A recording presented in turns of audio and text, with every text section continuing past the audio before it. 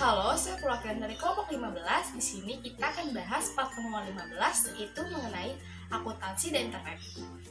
Tujuan pembelajaran modul ini yaitu pertama untuk mengetahui tentang internet dan intranet, dan kedua untuk mengetahui SBRL dan kegunaan SBRL. Selanjutnya, saya akan memperkenalkan anggota kelompok kita. Yang pertama, ada saya sendiri, Tia Lestari. Yang kedua, ada Eka Juni Astuti. Yang ketiga, ada Tri Puspita Sari. Yang keempat, ada Widya Puspita.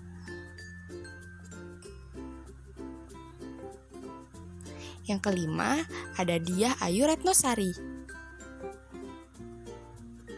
Untuk materi pertama akan dijelaskan oleh saya, yaitu pertama pengertian internet, kemudian ada sejarah internet, dan terakhir ada konsep dasar internet. Ayo kita mulai materinya. Pertama, kita akan bahas definisi internet. Definisi internet. Secara harfiah, internet kependekan dari Interconnection Networking, ialah sistem global dari seluruh jaringan komputer yang saling terhubung menggunakan standar internet protokol suite TCP atau IP untuk melayani miliaran pengguna di seluruh dunia. Internet adalah rangkaian komputer yang saling terhubung satu sama lain. Berdasarkan pendapat para ahli yang dikemukakan, dapat ditarik kesimpulan bahwa internet adalah komputer yang terhubung melalui jaringan dan saling berkomunikasi dengan waktu dan wilayah yang tak terbatas. Selanjutnya, kita akan bahas sejarah internet. Sejarah internet. Tahun 1969, ARPANET dibentuk. ARPANET kepanjangan dari Advanced Research Project Agency. Tahun 1971, pertama kalinya ditemukan sistem surat menyurat secara elektronik. Tahun 1973, proyek US DARPANET dibentuk. DARPA kepanjangan dari Defense Advanced Research Project Agency. Tahun 1974, pertama kalinya digunakan istilah internet atau internet working. Tahun 1976, Ethernet sebagai jaringan LAN pertama kali diciptakan. Tahun 1982, protokol internet atau TCP atau IP pertama kali dibuat. Tahun 1990, internet diresmikan oleh pemerintah US untuk keperluan komersial sehingga mengalami booming hingga sekarang. Tahun 1991, WWW atau World Wide Web pertama kali dikenalkan di publik. Tahun 1993, pertama kali di dalam internet disiarkan sebuah broadcast radio. Tahun 1999, jaringan transfer file terutama untuk keperluan distribusi file MP3 secara peer-to-peer dikenalkan. Dan hingga tahun 2020, tercatat pengguna internet di Indonesia sebanyak 174 juta orang. Sedangkan di seluruh dunia tercatat 4,5 miliar orang. Selanjutnya, kita akan bahas mengenai konsep dasar internet. Konsep dasar internet. Internet merupakan jaringan dari berbagai jaringan komputer di seluruh dunia, menggunakan bahasa penghubung protokol TCP atau IP. Peralatan hardware dan software seperti workstation, kartu jaringan, kabel jaringan, modem, dan server. Media penghubung jaringan antara lain ada kabel, cahaya atau serat optik, dan gelombang radio. Menghubungkan berbagai jenis komputer seperti YMBPC, Macintosh, dan Amiga.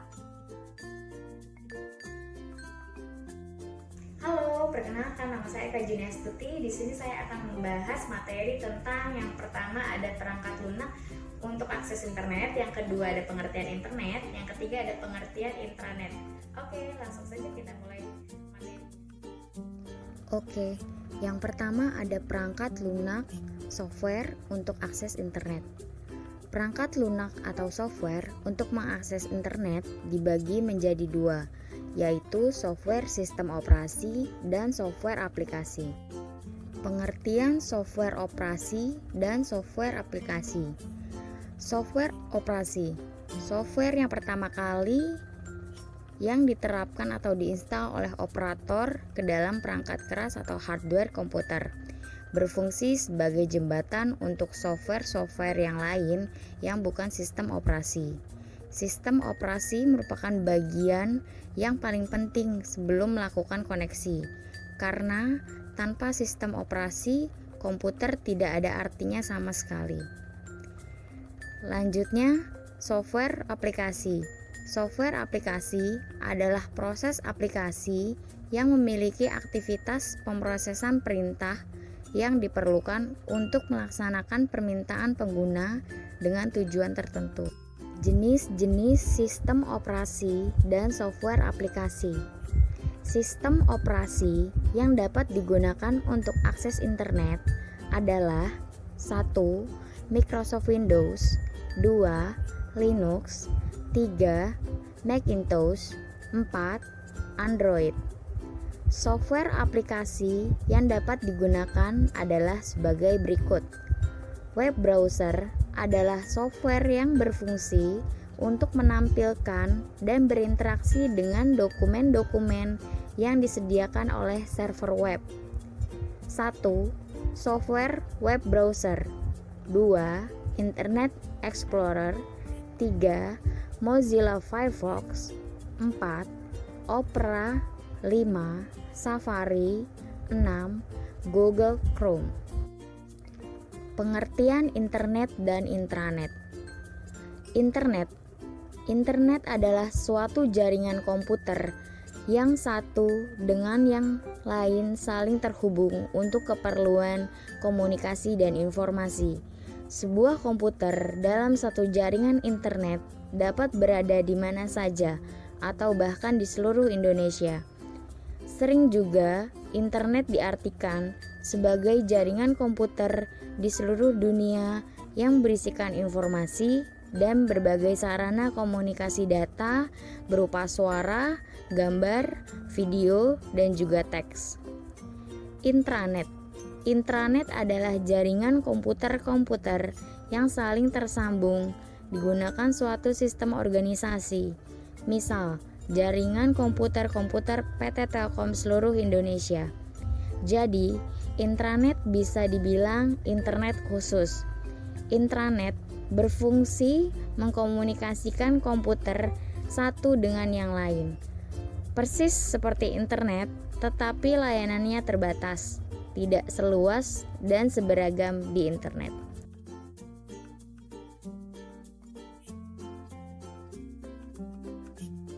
Halo semuanya, perkenalkan nama saya Tri Puspitasari. Di sini saya akan melanjutkan menjelaskan materi tentang kegunaan internet, pengertian dan sejarah XBML.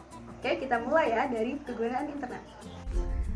Kegunaan internet yang pertama adalah dalam dunia bisnis, sarana informasi dan komunikasi internet digunakan sebagai media komunikasi promosi. Contohnya adalah untuk menjaga image perusahaan, pengenalan dan pemasaran produknya. Yang kedua adalah sistem komunikasi menggunakan internet terbukti dapat mengurangi biaya kertas dan biaya distribusi. Contohnya adalah koran masuk ke dalam internet. Yang ketiga adalah sebagai resource discovery atau pertukaran data dan informasi dengan sistem administrasi pemerintahan. Yang keempat, untuk kebutuhan sistem perdagangan atau e-commerce. Internet sangat banyak digunakan, yaitu perdagangan lewat bisnis dengan internet. Yang kelima adalah untuk aktivitas perbankan, seperti untuk banking online yang memungkinkan nasabah bank melakukan transaksi secara online di depan komputer mereka. Yang terakhir adalah pemanfaatan teknologi internet dalam laporan keuangan perusahaan. Pelaporan keuangan dengan menggunakan internet akan lebih tepat waktu dan menjadi real-time reporting. Materi selanjutnya adalah tentang XBRL atau Extensible Business Reporting Language. XBRL ini merupakan suatu standar terbuka berbasis XML yang mendukung pemodelan informasi serta ekspresi makna semantik yang biasanya dibutuhkan oleh pelaporan bisnis. Salah satu penggunaan XBRL adalah untuk mendefinisikan serta mempertukarkan informasi keuangan seperti laporan keuangan. Materi selanjutnya adalah sejarah XBRL. XBRL dimulai dengan awal XML 1.0 yang dirilis dengan berbagai spesifikasi pada bulan Februari 98. XBRL ini berawal pada bulan April 98 dengan mula Charlie Hoffman, seorang CPA dengan perusahaan Knight-Fell dan Treasury di Washington, memiliki gagasan XML sebagai cara untuk mengubah pelaporan bisnis menggunakan XML dengan mengungkapkan laporan keuangan. Dari titik itu, Wayne Harding, ketua American Institute Akuntan Publik, didekati untuk menjadi ujung tombak pengenalan apa yang menjadi XBRL untuk dunia sekarang. AECPA dan Knight-Fell and Treasury yang merupakan sebuah perusahaan CPA yang didanai oleh prototip awal XBRL. Beberapa prototip berikutnya disebut XFRML atau Extensible Financial Reporting Markup Language dan memulai mengadakan konsorsium XBRL secara internasional.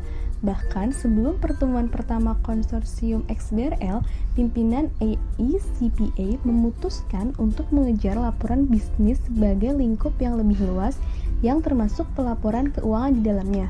Pada bulan September 99, pertemuan pertama konsorsium XFRML berlangsung dan memiliki 13 anggota.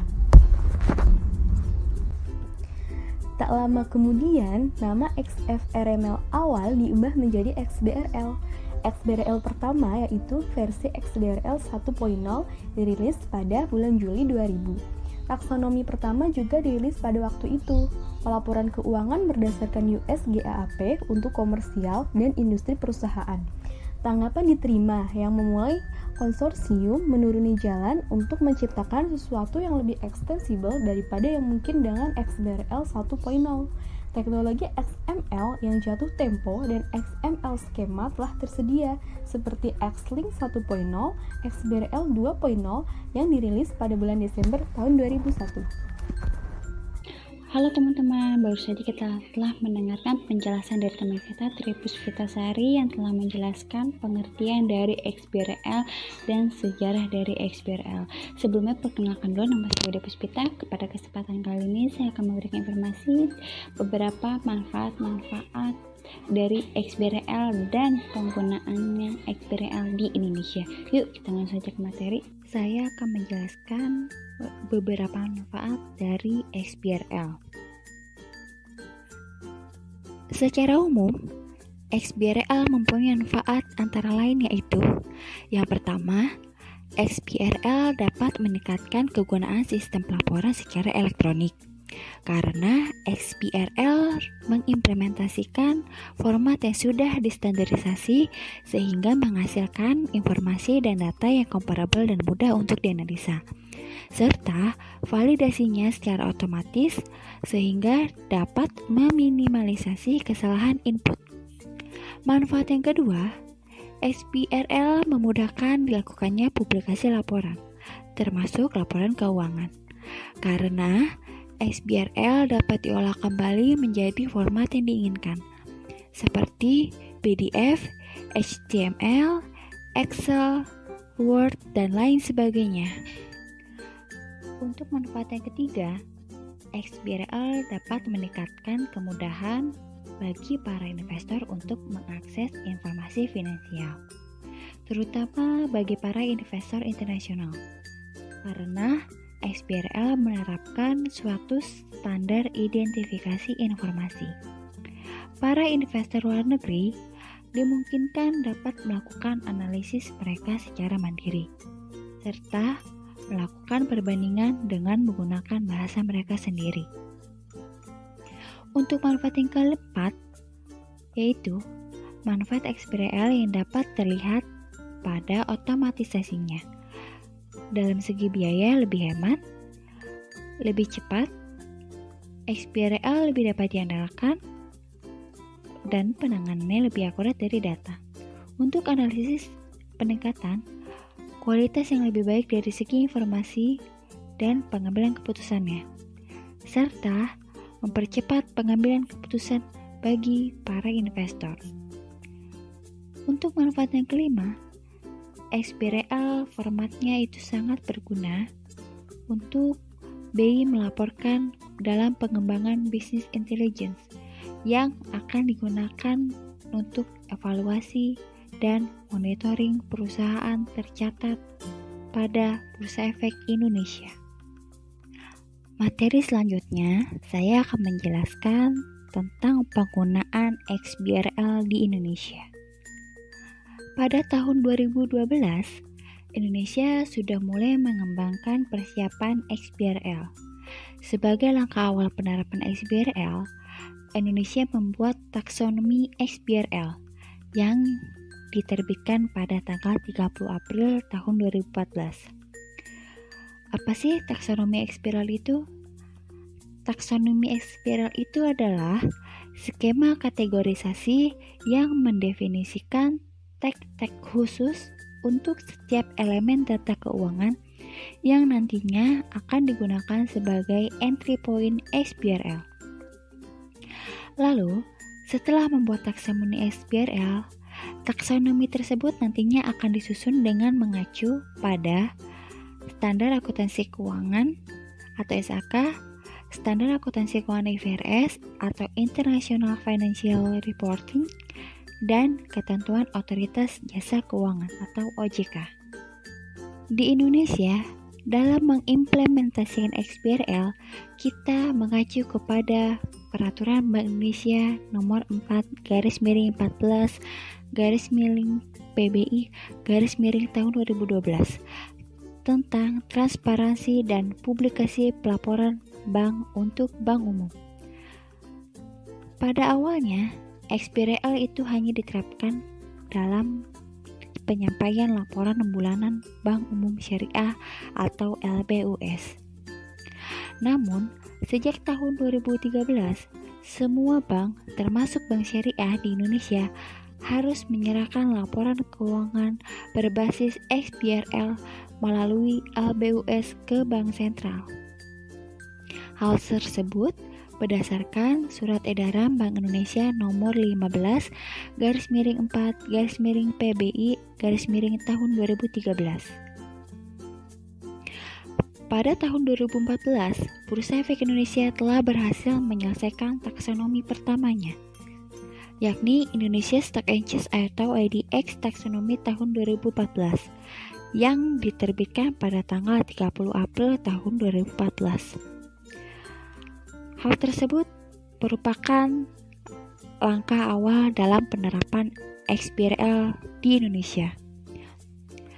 Taksonomi yang saat ini berlaku telah difinalisasi melalui proses public review yang dilaksanakan pada bulan Maret tahun 2014.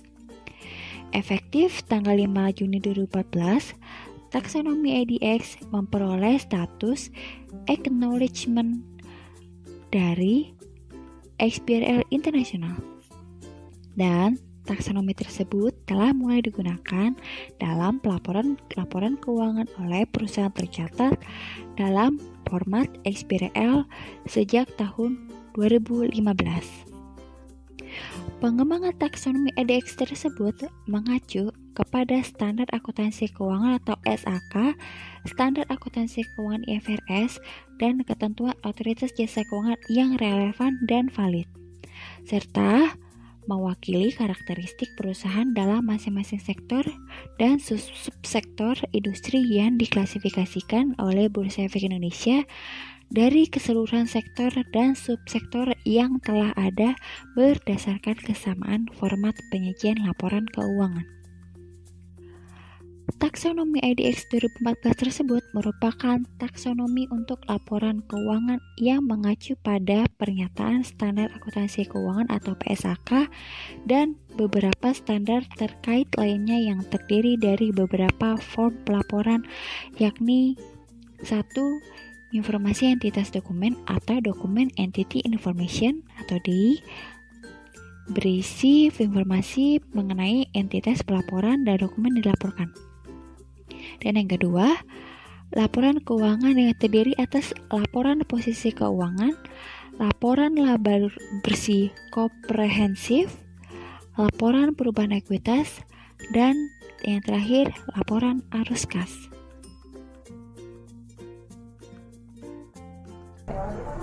Halo, perkenalkan nama saya Diha Wiratnasari. Di sini saya akan membahas mengenai cara kerja XBRL dan juga privasi dan keamanan internet.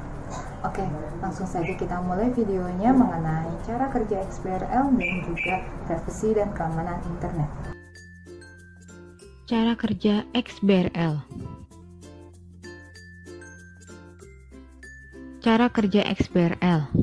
Berikut ini adalah gambaran dari cara kerja XBRL, yaitu ada standar taksonomi, extension taksonomi, dan company data yang diproses melalui tagging proses dan menghasilkan instan dokumen. Standar taksonomi itu sendiri mendefinisikan konsep data yang dilaporkan serta mendefinisikan terminologi yang digunakan dalam laporan. Extension taksonomi yaitu mencakup konsep-konsep laporan yang diperluas sesuai dengan informasi spesifik yang dilaporkan oleh perusahaan tertentu. Company data yaitu isi atau kandungan informasi yang akan dilaporkan dalam format XBRL. Tagging proses yaitu pemetaan data dengan mengidentifikasi dan mencocokkan data perusahaan dengan konsep-konsep dalam taksonomi untuk menghasilkan dokumen XBRL. Instan dokumen yaitu data laporan yang telah diubah menjadi format XBRL.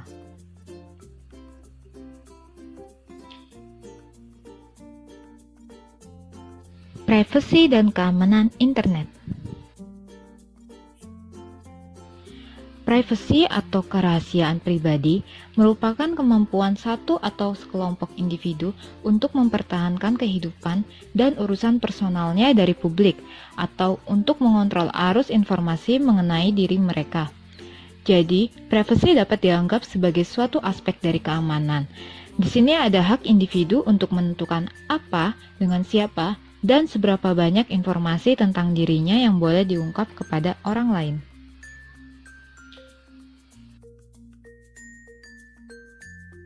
Ancaman pada internet yang pertama yaitu ada pencurian identitas. Pencurian identitas yaitu kejahatan yang berkedok pada individu lain, biasanya untuk keuntungan finansial. Jika pencuri dapat mengakses informasi pribadi Anda, maka ia bisa menggunakannya untuk melakukan penipuan dalam nama Anda.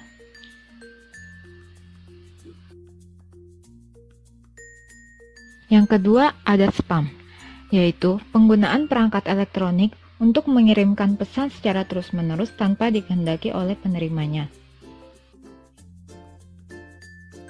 Yang ketiga ada phishing.